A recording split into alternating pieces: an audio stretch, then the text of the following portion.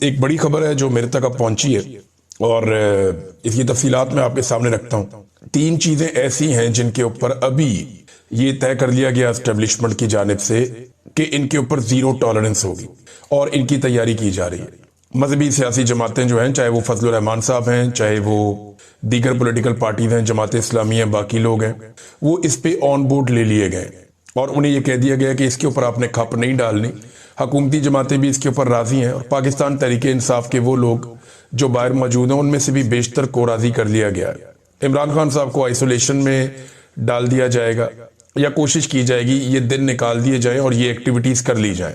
ان میں جو 3 چیزیں جن کے اوپر بالکل کسی قسم کا کمپرومائز نہیں ہوگا، زیرو ٹالرنس ہوگی اور ایک کریک ڈاؤن بھی شروع کر دیا گیا سوشل میڈیا پہ، جس کا آغاز ہو گیا ہے۔ مجھے پتا چلا کہ جمی ورک نام سے ایک اکاؤنٹ ہے سوشل میڈیا کا، یہ کوئی بیرون ملک صاحب رہتے ہیں اور ان کے بھائی کو اٹھا لیا گیا فیصل آباد کے نزدیک سے، اور ان کو اٹھانے کے بعد جو ہے وہ دباؤ ڈالا جا رہا ہے، اور وہاں سے جو اطلاعات آ رہی ہیں وہ بھی یہی اطلاعات ہیں کہ انہی چیزوں سے متعلق ریاست کو پرابلم ہو رہی ہے۔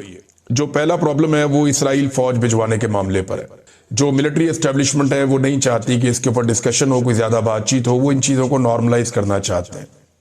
وزراء جو ہیں وہ روزانہ اس کے فائدے گنوا رہے ہیں، وہ یہ بتا رہے ہیں کہ جناب کوئی فرق نہیں پڑتا، اسرائیل جانی چاہیے فوج، فلسطین پہنچنی چاہیے فوج اسرائیل کی منظوری کے بعد۔ یعنی ڈونلڈ ٹرمپ کی خواہش ہے، اسرائیل کی منظوری ہے اور حماس کو غیر مسلح کرنا ہے اور اسرائیلی جو سرحدیں ہیں ان کو محفوظ بنانا ہے، جبکہ فلسطینیوں کی حفاظت کا ایک دعویٰ ہے۔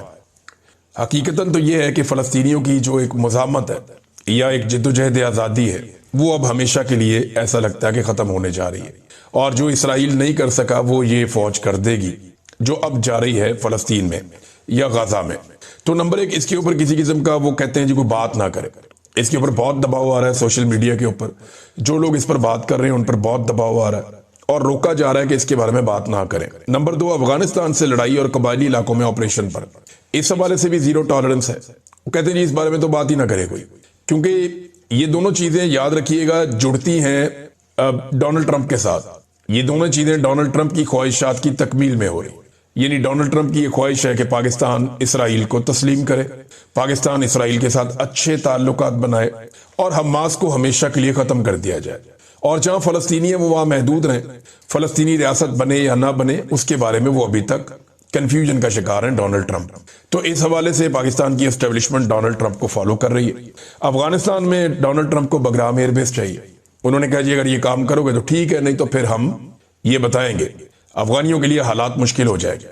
اب افغانیوں نے تو منع کر دیا تھا، لیکن ڈونلڈ ٹرمپ نے ایک بات اور سمجھائی ہے عالمی میڈیا کو، اور انہوں نے 2-3 موقعوں پر یہ بات کی ہے کہ بہت سارے کام ایسے ہیں وہ اب امریکی فوج کو آگے نہیں کریں گے، وہ کام وہ امریکی فوج سے نہیں لیں گے، وہ کام کرنے کے لیے انہیں خطے میں دیگر فوجیں اب میسر ہیں اور وہ ان فوجوں کے ذریعے سے وہ کام لیں گے، جیسا کہ انہوں نے حماس کو ختم کرنے کا یا حماس کو کچلنے کا جو فیصلہ کیا اس کے بارے میں بھی ان کا یہی ماننا ہے۔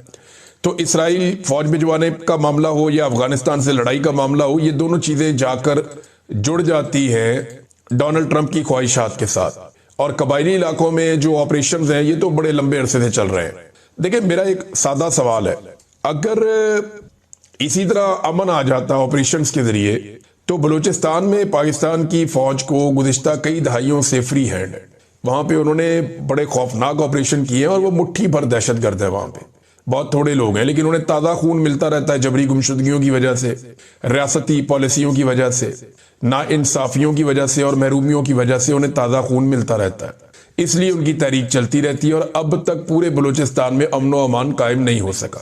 بلوچستان میں وہ علاقے جو چھاؤنیوں کی طرح بند کر دیے گئے ہیں وہاں آپ کچھ زندگی گزار سکتے ہیں، باقی ایریاز میں آپ محفوظ نہیں ہوتے، کسی وقت بھی آپ کے ساتھ کچھ بھی ہو سکتا ہے، کسی سڑک پہ آپ ٹریول کر رہے ہیں اور کئی دہائیوں سے فوجی آپریشن وہاں چل رہا ہے۔ اگر فوجی آپریشن مسئلے کا حل ہوتا تو انتہائی کمزور وہاں پہ جو دشمن ہے اس کو اب تک شکست دے دی جاتی۔ یہ جو اس طرح کی لڑائیاں ہوتی ہیں اس میں آپ نے بیانیہ کھڑا کرنا ہوتا ہے، تھوڑے دن پہلے میں نے اس پہ تفصیلی بات کی تھی۔ تو جب بلوچستان میں امن نہیں آیا تو اب قبائلی علاقوں میں امن کیسے لے کر آئیں گے؟ قبائلی علاقے کے لوگ یہ کہہ رہے ہیں اور سہیل افریدی بھی یہ کہہ رہے ہیں اور جو ان کے حمایتی ہیں باقی لوگ وہ بھی یہ کہہ رہے ہیں کہ یہ امن کے لیے تو ہے ہی نہیں آپریشن، یہ تو معدنیات کے لیے، ہمارے وسائل پہ قبضے کے لیے آپریشن ہے اور یہاں سے ہماری معدنیات اٹھا کر لے جائی جائیں گی اور دنیا کو بیچ دی جائیں گی اور خیبر پختونخوا کے جو قبائلی ہیں انہیں کیا ملے گا؟ کچھ بھی نہیں ملے گا۔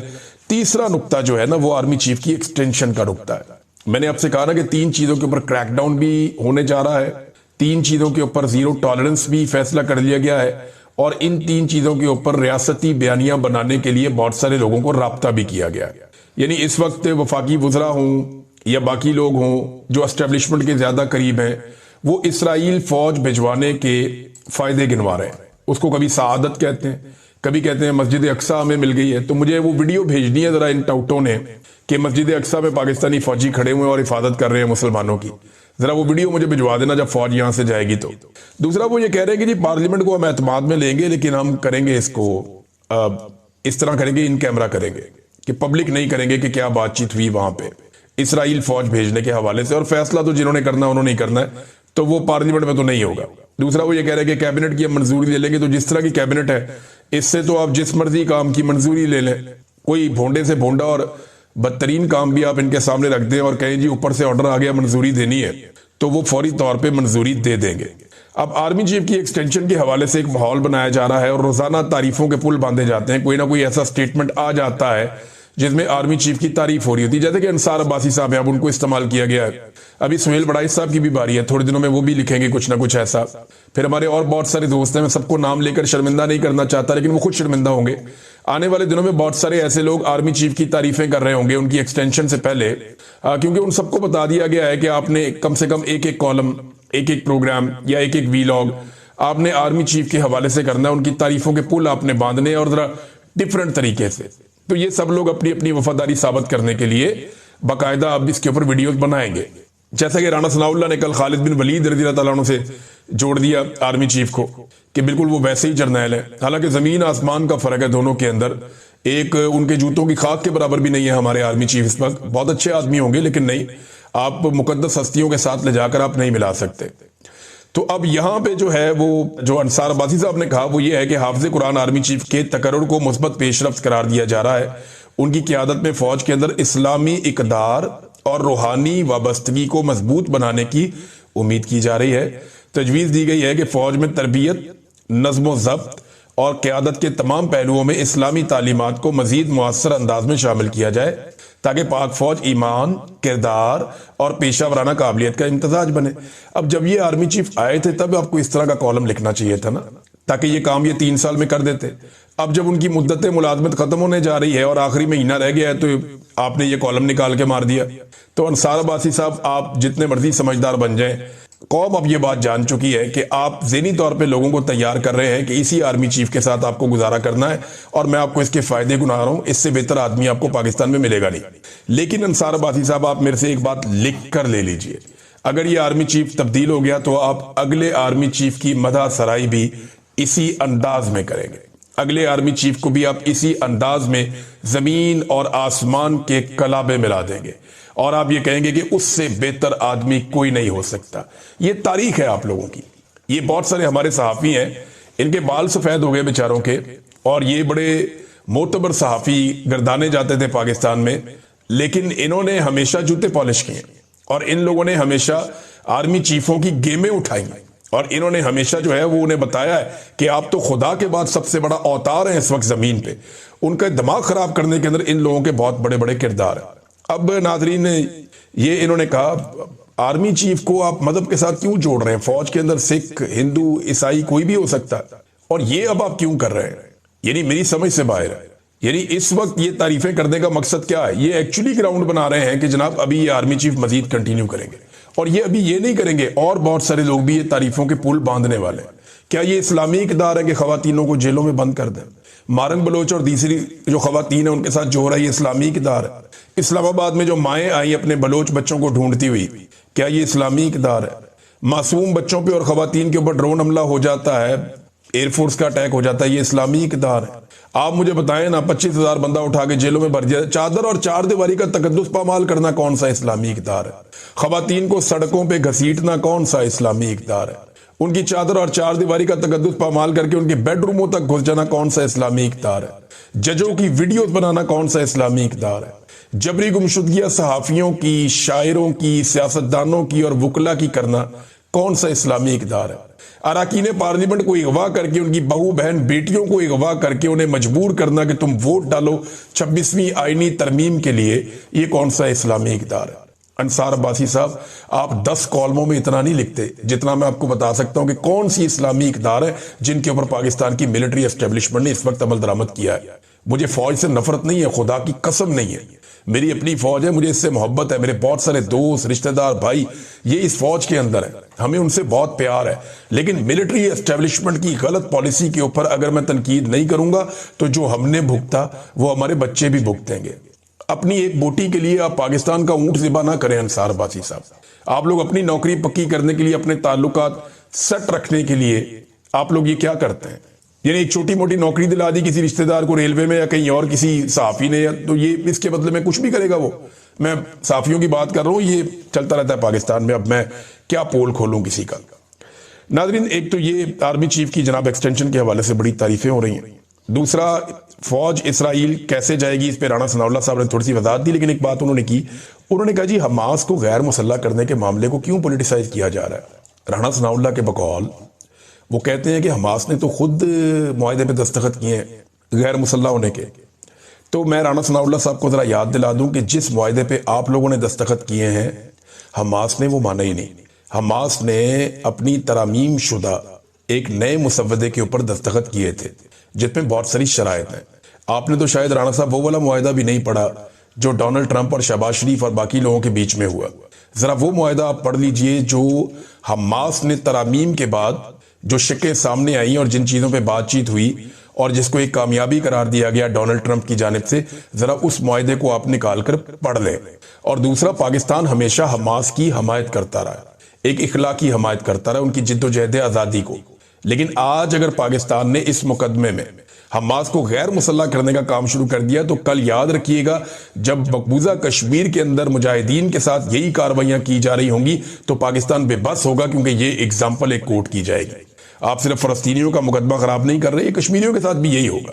حماس ایک ایسی تنظیم ہے جو اسرائیل کے ساتھ لڑتی ہے اور اسرائیل سمجھتا ہے کہ یہ دہشت گرد ہے اور امریکہ بھی یہی سمجھتا ہے کہ یہ دہشت گرد ہے اور ان کے ساتھ ایسے ہی نمٹنا چاہیے۔ ڈونلڈ ٹرمپ نے ابھی سٹیٹمنٹ دیا ہے اور اسرائیلی حملوں کو انہوں نے ان کا حق قرار دیا اسرائیل کا، یہ حال ہی میں ان کا ایک سٹیٹمنٹ چھپا ہے، تو دیکھیں نا ان کا سٹیٹمنٹ آ گیا ڈونلڈ ٹرمپ کا کہ جی ٹھیک ہے اسرائیل کا حق ہے، اب آپ امن کا نوبیل انعام بھی انہیں دیجئے اور پھر آپ وہاں پہ فوج بھی بھیجیے اور غیر مسلح بھی کیجیے، تو ان معاملات کے اوپر زیرو ٹالرنس ہے۔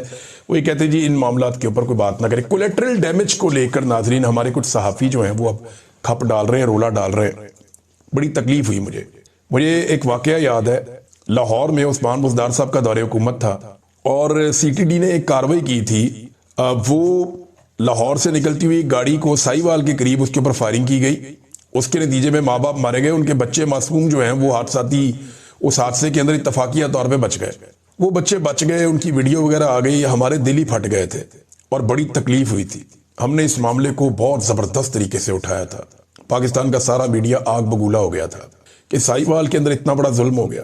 ہم نے بڑی غیرت دلائی عثمان بزدار کو اس وقت، لیکن کچھ ہو نہیں سکا اس کے اوپر۔ آپ کو پتہ ہے خون بہا وغیرہ کر کر آگے تو یہ معاملہ نپٹا دیتے ہوتے ہیں، لیکن بڑی تکلیف ہوئی تھی کہ ماں باپ چھین لیے بچوں سے ان کے اور مار دیے، وہ بے گناہ تھے، نہ وہ دہشت گرد تھے، نہ ان کا دہشت گردی سے کوئی تعلق تھا، تو اس کو کولیٹرل ڈیمیج اس وقت قرار دیا گیا تھا۔ میں نے اور تمام صحافیوں نے بڑی زوردار آواز اٹھائی تھی، بڑا رولا ڈالا تھا، میں نے بہت سارے پروگرام اس کے اوپر کر دیے تھے، مجھے آج بھی یاد ہے۔ مجھے بلکہ کئی لوگوں نے کہا کہ آپ بہت زیادہ جذباتی ہو گئے، میں نے کہا یار سوچو ان بچوں کے بارے میں جو اپنے ماں باپ کے بغیر اب زندگی گزاریں گے، ان کی تکلیف آپ دیکھو، وہ سہمے ہوئے بچے، ان کی حالت آپ دیکھو، کیسے ان کا قتل عام کر دیا سی ٹی ڈی نے۔ میں نے یہ معاملہ اٹھایا تھا، جن صحافیوں نے میرے ساتھ مل کر وہ معاملہ اس وقت اٹھایا تھا وہ آج خیبر پختونخوا کے کولیٹرل ڈیمیج کو جسٹیفائی کر رہے ہیں ٹی وی پہ بیٹھ کے۔ وہ کہتے ہیں جی آپریشن ہوتے ہیں تو بندے تو مرتے ہیں نا، یہ تو ہوتا ہے پھر یار وہ پنجاب میں بچے تھے تو ہم لوگوں نے سب نے مل کر شور مچایا، کیا پشتونوں کے بچے نہیں ہیں؟ کیا ہمارے پشتون ہمارے بھائی نہیں ہیں؟ کیا وہ اس ملک کے شہری نہیں ہیں؟ کیا وہ چلڈرن آف لیسر گاڈ ہیں؟ کیا وہ کوئی اور مخلوق ہے، کہیں اور سے آئے ہوئے ہیں؟ کیا ان کی زندگی کی کوئی قیمت نہیں ہے؟ کیا جو ہمارے پشتون بھائی ہیں ان کا خون سستا ہے کہ آپ انہیں ماریں؟ کولیٹرل ڈیمیج کے نام کے اوپر کیا کبھی کسی، یہ ایک بڑی زبردست بات کی ہمارے کچھ دوستوں نے، اور یہ وزیر اعلیٰ نے بھی شاید کی یہ بات کہ جناب کسی جرنیل کا بچہ تو نہیں مرتا کولیٹرل ڈیمیج میں، غریب ماں کا بچہ مرتا ہے۔ غریب باپ کا بچہ مرتا ہے، اور جو فوجی بھی شہید ہوتا ہے یا مرتا ہے وہ غریب بیچارہ فیملی سے ہوتا ہے. جو پولیس والا شہید ہوتا ہے، فوجی شہید ہوتا ہے، وہ غریب فیملی سے ہوتے ہیں بیچارے. جرنیلوں کے بچے تو نہیں مرتے کولیٹرل ڈیمیج میں، وزیر اعظم کے بچے تو نہیں مرتے، بڑے بڑے وزیروں کے بچے تو نہیں مرتے کولیٹرل ڈیمیج میں. ان کا کوئی مارا جائے نا کولیٹرل ڈیمیج میں تو ان کو پتا چلے کہ کتنا بڑا سانحہ ہے، کتنی بڑی مصیبت ہے. گھر سے ایک آدمی کا جنازہ اٹھتا ہے نا، اور اگر وہ بچہ ہو جس نے بھی زندگی کی بہاریں بھی نہ دیکھی ہوں تو کوہرام مچ جاتا ہے. اور روزانہ خیبر پختونخوا میں ایسے جنازے اٹھتے ہیں. میں ان صحافیوں کو صرف یہ کہنا چاہتا ہوں کہ صرف ایک لمحے کے لیے اپنے بچوں کو اپنے دماغ میں لائیں اور یہ سوچیں کہ ایک ان نون ڈرون آتا ہے اور وہ بم مار دے اور آپ کے بچے مارے جائیں، اور بعد میں آپ کو خبر دی جائے کہ یہ کولیٹرل ڈیمیج تھا. تو کیا آپ ٹی وی پہ بیٹھ کے یہ کہیں گے کہ ٹھیک ہے کولیٹرل ڈیمیج تو ہو جاتا ہے، خیر ہے کوئی نہیں، میرے بچے مارے گئے تو کیا ہوا؟ آپ نہیں کہہ پائیں گے. یہ بڑی تکلیف ہوتی ہے. ان کو انسان سمجھیں آپ. وہ قبائلی پشتون جو ہیں وہ بھائی ہیں ہمارے، آپ انہیں انسان سمجھیں، ان کے ساتھ زیادتی نہ کریں. اچھی بات یہ ہے کہ خیبر پختونخوا میں ایک تو آرمی چیف گئے جا کے، انہوں نے کوئی جرگے سے بات چیت کی. کچھ لوگ کلیم کر رہے ہیں کہ یہ جرگہ ٹھیک تھا، کچھ لوگ کہہ رہے ہیں کہ یہ جرگے کے اندر جو لوگ بلائے گئے یہ چنے ہوئے لوگ تھے اور مرضی کی بات ہوئی ہے وہاں پہ. جو اصل جرگہ ہے، جو لوگ شکایت کر رہے ہیں ان سے تو ملاقات ہی نہیں ہوئی اور بات ہی نہیں ہوئی. تو وہ جرگہ تو ابھی پاکستان تحریک انصاف کے وزیر اعلیٰ سہیل آفریدی نے اناؤنس کیا ہوا کہ وہ بلائیں گے. دیکھتے ہیں وہ جرگہ کیا کرتا ہے. لیکن سہیل آفریدی صاحب کی آج پھر ملاقات نہیں کروائی گئی. عمران خان صاحب سے ملاقات کے لیے وہ جمعرات والے دن پہنچے، چوتھی مرتبہ وہ گئے اور چوتھی مرتبہ ان کی ملاقات نہیں کروائی گئی. اندازہ کر لیجئے آپ، وہ 4 مرتبہ وہاں جا چکا وزیر اعلیٰ اور 4 مرتبہ اس کی ملاقات نہیں کروائی گئی. اس نے کہا کہ کسی صوبے کا حق ڈنکے کی چوٹ پر میں لوں گا، اپنے صوبے کا حق، لیکن کسی سے بھیک نہیں چاہیے. پاکستان میں جو پالیسی غلط ہوگی اس کے خلاف ہوں میں. انہوں نے یہ بھی کہا، انہوں نے کہا ہمارے ایک ایک گھر سے 20-20 لوگ شہید ہو رہے ہیں. جن لوگوں کے گھروں پر مارٹر گولے اور ڈرون حملے ہوتے ہیں اس کا درد وہی سمجھتے ہیں. جو فوجی شہید ہوتے ہیں وہ بھی میرے ہیں. کل کرم میں شہید ہونے والے فوجی کے گھر گیا، اس کے جنازے کو کاندھا بھی دیا. وہ ایک شہید کے جنازے کا بوجھ کل 80,000 شہداء کا بوجھ تھا میرے کندھے پر. یہ فوج بھی میری ہے، پاکستان بھی میرا ہے. اس لیے پاکستان میں جو بھی غلط پالیسی ہوگی میں اس پر بولوں گا. دیکھیں ہم اپنی پالیسیوں سے اپنے فوجی شہید کروا رہے ہیں، اپنے پولیس والے شہید کروا رہے ہیں. ہمیں دماغ سے کام لینا چاہیے. کیا یہ پالیسی بلوچستان میں کام کر گئی؟ نہیں کر گئی. آپ نے جناب بے شمار سینکڑوں آپریشن کر دیے قبائلی علاقوں میں، کیا یہ پالیسی کام کر گئی؟ نہیں کر گئی. تو پھر جو عمران خان نے پالیسی لگائی تھی اس سے امن آ گیا تھا نا، کم سے کم 3 سال امن رہا نا. تو پھر آپ وہی پالیسی لگائیے اور اسی طریقے سے چلیے. ریاستی طاقت اور ریاستی ڈنڈا ضروری ہے، لیکن وہاں پہ سیاسی دماغ اپلائی ہونا چاہیے. جو خواجہ آصف نے خوفناک دھمکیاں لگا دی ہیں افغانستان کو، اس لیول تک تو خواجہ آصف کے اپنے قریبی لوگ کہہ رہے ہیں کہ نہیں جانا چاہیے تھا.